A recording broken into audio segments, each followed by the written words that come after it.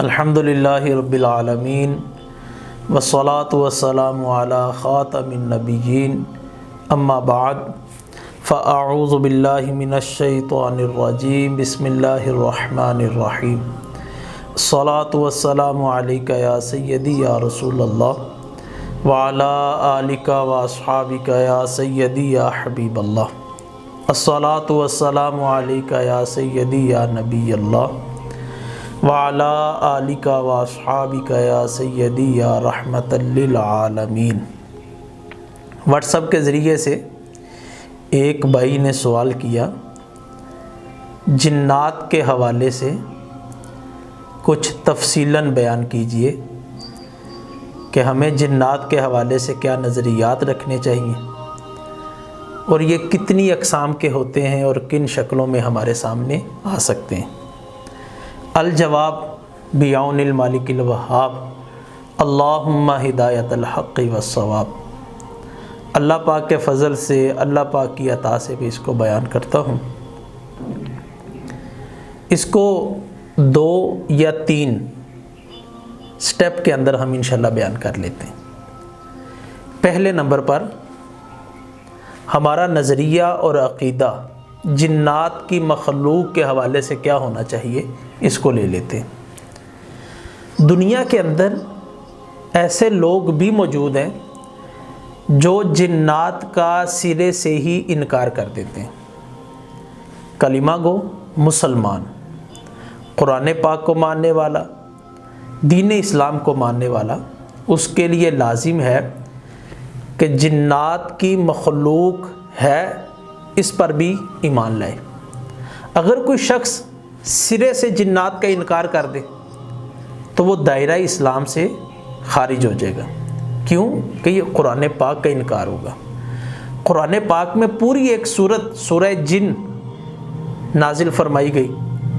قرآن پاک میں اللہ پاک نے ارشاد فرمایا، وَمَا خَلَقْتُ الْجِنَّ وَالْإِنسَ إِلَّا لِيَعْبُدُونَ، کہ ہم نے جنوں اور انسانوں کو اپنی عبادت کے لیے پیدا کیا۔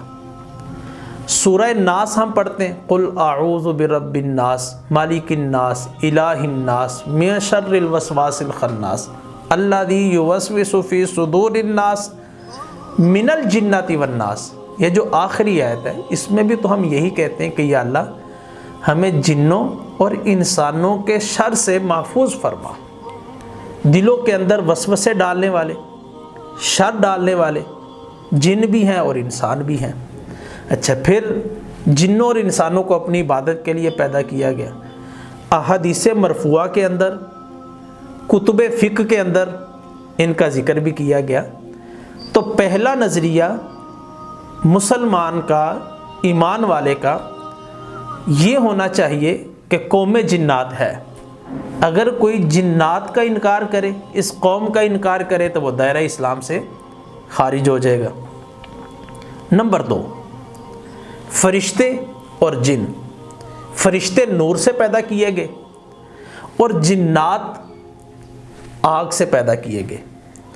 فرشتے نوری مخلوق ہیں، جنات ناری مخلوق ہیں۔ وہ نور سے ہیں، یہ نار سے ہیں۔ اچھا، شیاطین بھی آگ سے پیدا کیے گئے۔ تو یہ بھی ہمیں معلوم ہونا چاہیے، فرشتوں میں اور جنات میں زمین و آسمان کا فرق ہے۔ وہ نور سے ہیں، یہ نار سے ہیں۔ اب آ جائیں تیسرے سٹیپ کی طرف، جو آپ نے سوال کیا کہ کتنی قسمیں ہوتی ہیں اور کن شکلوں میں ہمارے سامنے آ سکتے ہیں۔ المستدرک للحاکم میں پیارے حبیب صلی اللہ علیہ وآلہ وسلم کا فرمان علی شان بیان کیا گیا۔ آپ صلی اللہ علیہ وآلہ وسلم نے ارشاد فرمایا کہ جنات 3 اقسام پر ہوتے ہیں۔ نمبر 1، وہ جنات جن کو پر لگے ہوئے ہوں، وہ ہوا میں اڑ بھی سکتے ہیں، جہاں چاہیں وہ آ جا بھی سکتے ہیں۔ یہ ایک قسم آپ نے بیان فرمائی، وہ جنات جن کو پر لگے ہوئے ہیں۔ دوسری قسم آپ نے بیان فرمائی، وہ جنات جو سانپ اور کتے کی شکل کے اندر ہوتے ہیں۔ سانپ کی شکل میں یا کتے کی شکل میں۔ سانپ اور کتا اس جنس میں سے تو وہ نہیں ہیں وہ جن، لیکن شکل جو ہے وہ سانپ والی اور کتے والی۔ اور تیسری قسم آپ نے بیان فرمائی کہ وہ جنات جو عام انسانوں کی طرح سفر بھی کرتے ہیں، قیام میں بھی ہوتے ہیں، سفر و حضر والا معاملہ ہوتا ہے۔ فرمایا تیسری قسم کے جنات یہ ہیں، جس طرح عام انسان سفر بھی کرتا ہے، اپنے آبائی شہر کے اندر قیام بھی کرتا ہے، تو تیسری قسم جنات کی ایسی ہوتی ہے۔ غالباً جو یہ بیان کیا جاتا ہے کہ ہر مسلمان کا جو گھر ہے اس کی چھتوں پر جتنے افراد ہیں ان سے 9% جو ہے وہ جنات چھتوں پر بسیرا کرتے ہیں۔ یہ تیسری قسم والے جنات ہیں، سفر و حضر والے۔ اچھا، پھر یہ بھی نظریہ ذہن میں رکھا جائے کہ جنات جو خوف خدا رکھنے والے، اللہ کا ڈر رکھنے والے، یہ کسی کو ایذا نہیں پہنچاتے، کسی کو تکلیف نہیں پہنچاتے، کسی کو جو ہے وہ گمراہ نہیں کرتے۔ جس طرح انسان جس کے دل میں خوف خدا ہے، جس کے دل کے اندر اللہ پاک کا ڈر ہے، وہ کسی کو تکلیف نہیں پہنچاتا، اسی طرح وہ جنات جن کے دل میں خوف خدا ہے، اللہ کا ڈر ہے، وہ بھی کسی کو تکلیف نہیں پہنچاتے۔ بعض کتب میں یہ بھی لکھا گیا کہ جس طرح انسانوں کے اندر مذاہب ہیں، مسلمان ہیں، کافر ہیں، ہندو ہیں، سکھ ہیں، مختلف مذاہب کے ساتھ تعلق رکھنے والے ہیں، اسی طرح قوم جنات کے اندر بھی ہیں، کافر بھی ہیں، مسلمان بھی ہیں، مختلف مذاہب سے تعلق رکھنے والے بھی ہیں۔ اب آئیے، آپ کا جو سوال کے اندر دوسری چیز تھی کہ کن کن شکلوں میں ہمارے سامنے آ سکتے ہیں۔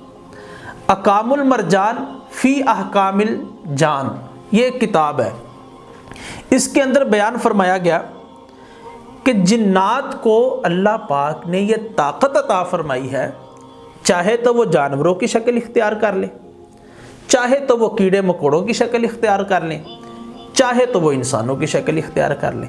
انسانوں کی شکل میں بھی آ سکتے ہیں، اچھا، گھوڑے، گدھے، خچر، اور اسی طرح جو دیگر جانور ہے، بیل ہے یا دیگر جانور ہے، ان کی شکل میں بھی آ سکتے ہیں، کیڑے مکوڑوں کی شکل میں بھی آ سکتے ہیں، انسانوں کی شکل میں بھی آ سکتے ہیں۔ یہ اللہ پاک نے ان کو طاقت عطا فرمائی۔ اقام المرجان فی احکام الجان، اس میں جنات کا جو ہے وہ بیان کیا گیا اس کتاب کے اندر۔ تو اس میں واضح طور پر یہ تحریر ہے کہ جنات کسی بھی شکل میں آپ کے سامنے آ سکتے ہیں، لیکن اس چیز کو جو ہے وہ مد نظر رکھا جائے کہ اللہ کے ڈر رکھنے والا جو جن ہے وہ کسی کو ایذا نہیں پہنچاتا، کسی کو نقصان جو ہے وہ نہیں پہنچاتا۔